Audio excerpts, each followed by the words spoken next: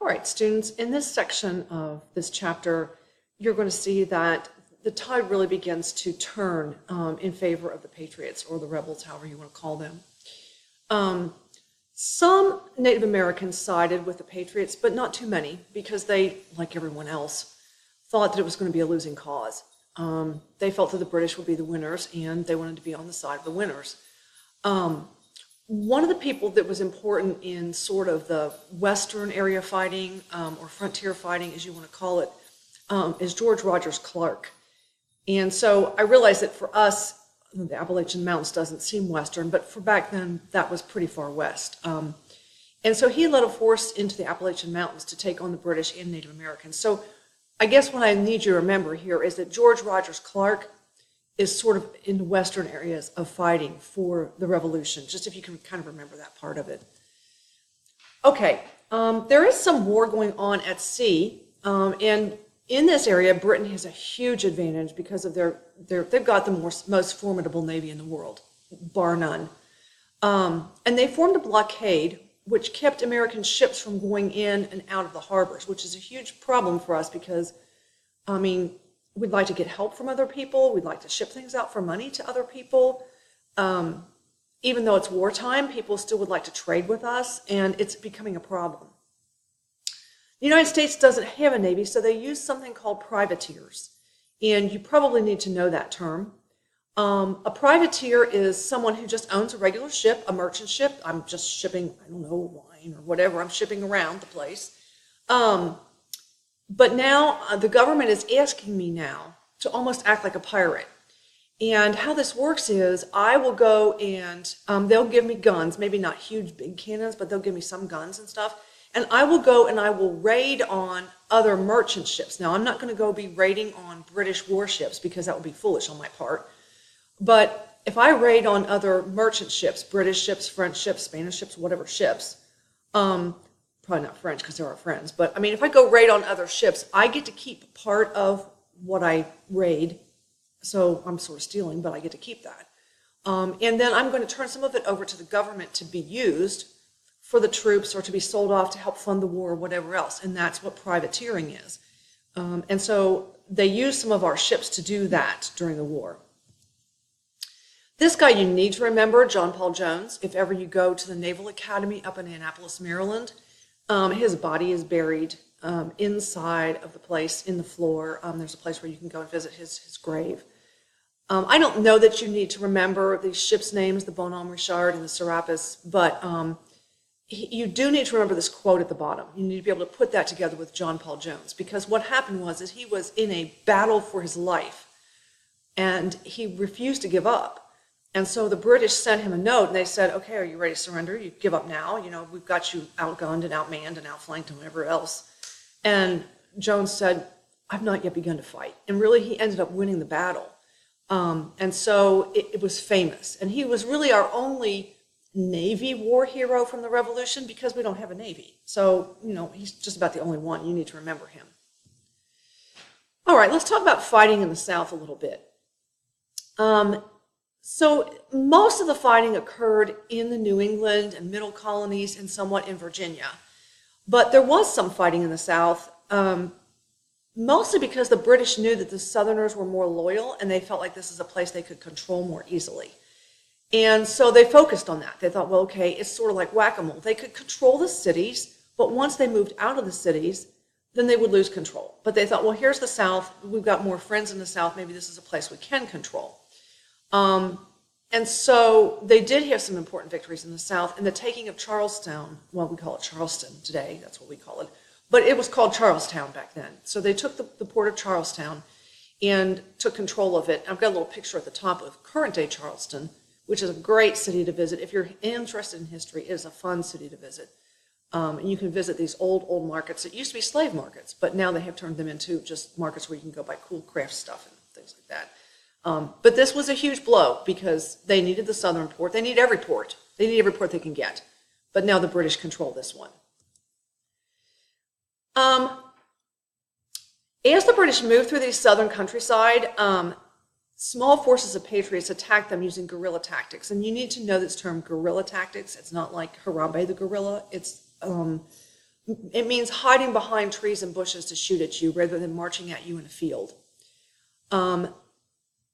The Brits were caught off guard constantly with this, and they really the Southerners had learned this method from the Native Americans.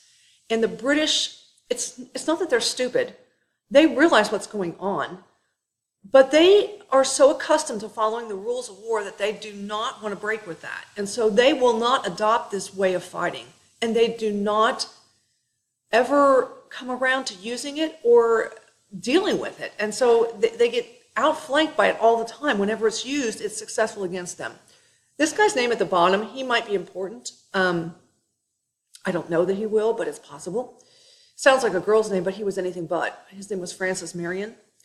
And he was one of the most successful Southern leaders. He was nicknamed the Swamp Fox because he could outfox them. This is the nickname that the British gave him because he knew the swamps of South Carolina and Georgia, and he knew how to hide in them and use them to his advantage. And the British, every time he took his men out against them, he was successful every time because they could not catch him. And like smart like a fox is what they meant. He's smart like a fox.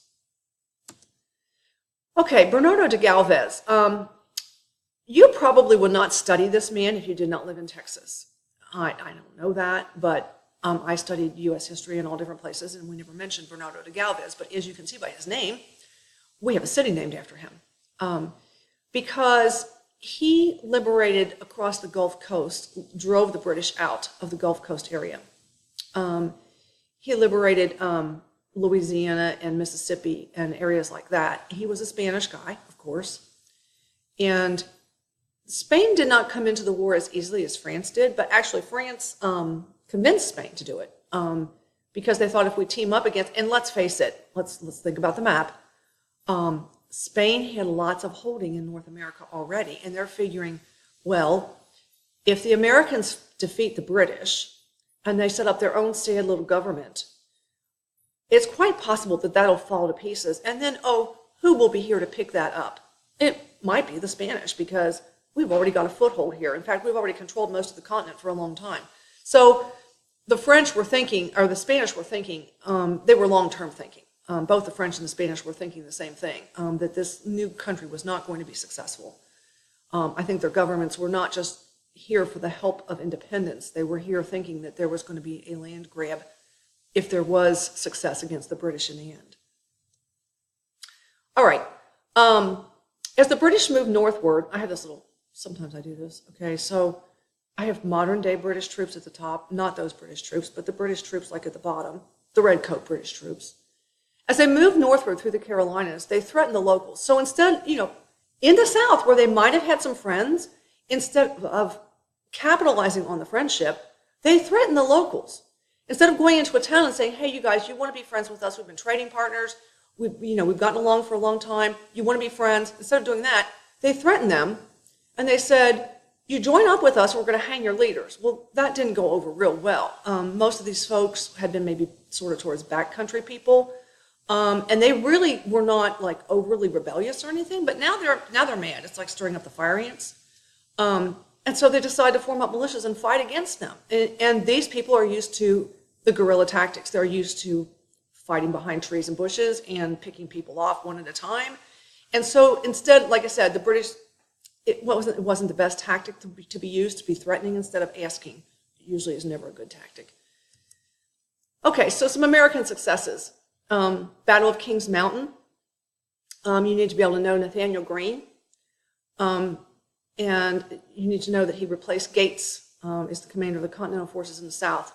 And you need to know this guy, Cornwallis, at the bottom. So Battle of Kings Mountain is a Patriot victory. And you need to know that King Cornwallis is a big-time British general. And he starts to realize that things are going south. They're getting bad. Things are unraveling because the people he was hoping to pick up for help across the South, they're not. Instead, they're rebelling against them. And so this is not going as he had planned it to go. French troops are coming to North America as well, not just money now, not just their navy, but French troops. And in April 1781, Cornwallis marched north into Virginia. I'm showing you a map. it is not a good map.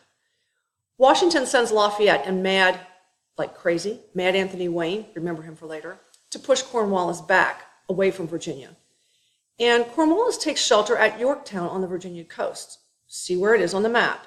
It's a little bitty piece of land and is surrounded almost on 3 sides by water.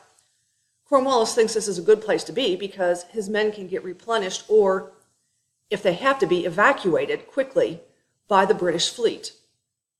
He thinks this is a good place to be.